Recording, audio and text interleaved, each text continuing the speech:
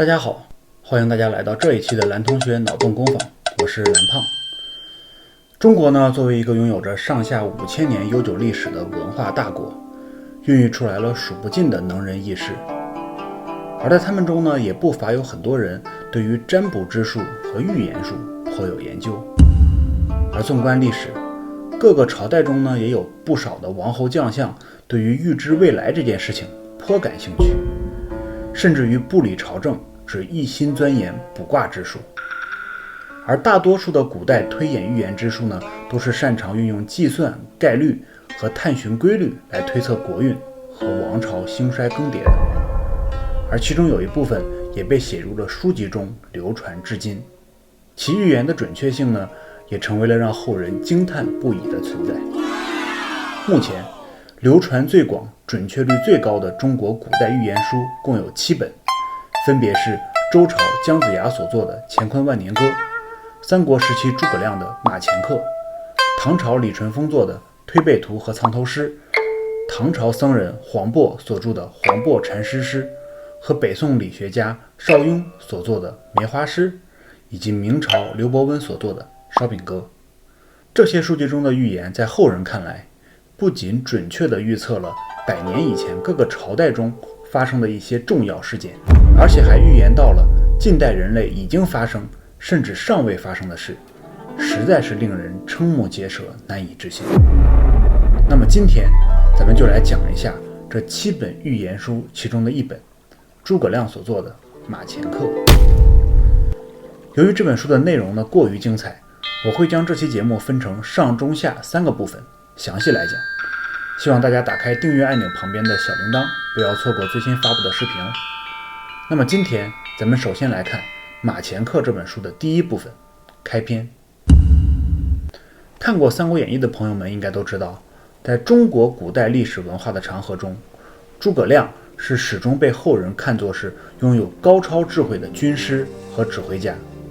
可以说，如果没有当初刘备的三顾茅庐请诸葛亮出山辅佐，单凭刘备自己的实力是很难成就后面三国鼎立的事业。而除了他运筹帷幄、决胜千里之外的卓越军事谋略之外呢，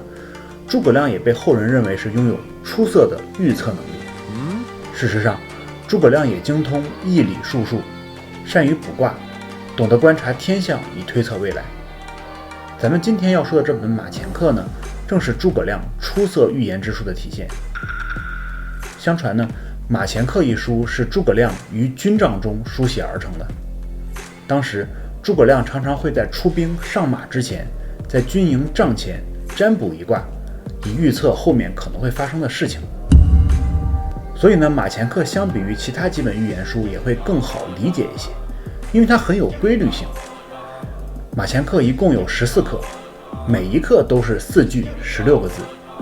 一课预言了一个朝代的事。第1至10课的预言，在现在看来已经是历史了。其中第10课的时候已经讲到了民国时期的事，而11至14课则是在预言未来。那么咱们就来好好讲一下每一课的预言。第1课，武力回天，鞠躬尽瘁，阴居阳符，8000女鬼。首先，前半句武力回天，鞠躬尽瘁，说的是诸葛亮自己辅佐君王时的心态。当时呢，诸葛亮其实早已知道汉朝的气数已尽，即使再多的努力和尝试，也都是无力回天。但他还是要在最后的这段时间一如既往地辅佐汉朝，不负刘备当年的三顾之情、托孤之意。根据史料记载呢，诸葛亮在为汉朝做军师统领大军期间，共5次北伐曹魏。然而在第5次北伐时，诸葛亮不幸病逝，这也就是第2句鞠躬尽瘁的含义。后半句中阴居阳符说的是在当时的汉朝朝廷中，真正为国为民做实事的好官不受重用，而小人却不断得志的不良现象。诸葛亮逝世后，宦官黄皓手握重权，在后主刘禅身边不断地利用刘禅对他的信任，祸乱国事，中饱私囊。而诸葛亮心仪的大将姜维，虽有一身正气，想要匡扶正义，为国尽忠，但是却迟迟得不到信任和重用。最后8000女鬼这4个字准确地预言了汉朝的覆灭。汉朝末年，后主刘禅在得知敌军已经大举进攻后，便迫不及待地投降了曹魏，根本没有进行任何的抵抗。而曾经无比辉煌的汉朝也因此被魏国所灭。8000女鬼这4个字合起来，正正好好就是一个魏字的结构。姜子牙在其预言书《乾坤万年歌》中讲到魏国的时候，也是用的为鬼二字，和诸葛亮这里用的拼字手法有异曲同工之妙。也就是说呢，诸葛亮在当时写下这一刻预言时，汉朝并无大事发生，而他却能准确地预知到后面汉朝的覆灭和自己的结局，可以说是真的神机妙算。第二课，火上有火，光烛中土，称名不正，江东有虎。火上有火是2个火叠在一起，也就是一个言字。那么火上有火，光烛中土，就是在说有一位名字中有言字的人要照亮大地，而这里说的就是晋朝的晋武帝司马炎。当时在曹魏时期，宰相司马昭手握兵权，是魏国实际的统治者。司马昭逝世后，他的儿子司马炎逼迫魏元帝退位，随即便建立了晋朝。而称名不正，则是暗示了司马炎所建立的晋朝实际上是篡夺来的曹魏王朝，而曹魏呢，实际又是篡夺了汉朝的江山，所以可以说是名不正言不顺了。而最后江东有虎，其实是在说东晋。公元291年后，八王之乱开始，我国中原地区被少数民族占据，而317年时，镇守建康的亲王司马睿称帝，并建都建康，正式建立了东晋王朝。第三课，扰扰中原，山河无主，23其位，杨忠马史。这一课实际对应的呢是南北朝时期的中国。前半句扰扰中原，山河无主，是在说当时中国的各地纷争不断，民不聊生。从八王之乱起，这种状态一共持续了近300年的时间，直至589年时，隋朝灭掉了南陈，南北朝时期终于宣告了结束。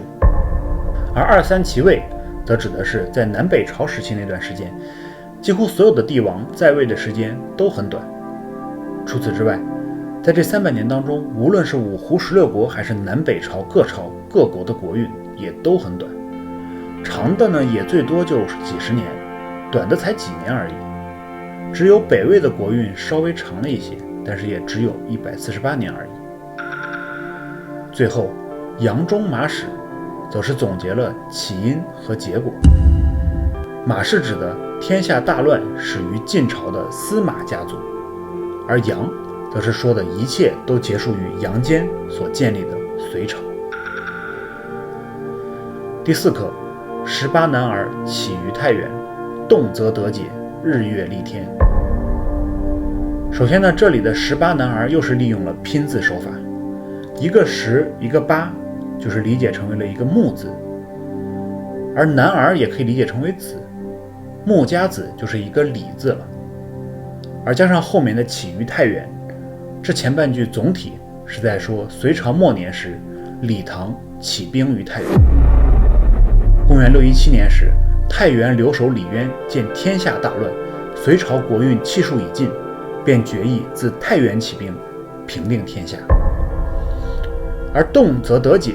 是在暗示只有起兵才能解开当前的困局。当时呢，李渊因为和隋炀帝是表亲，多有避讳，且民间谣言四起，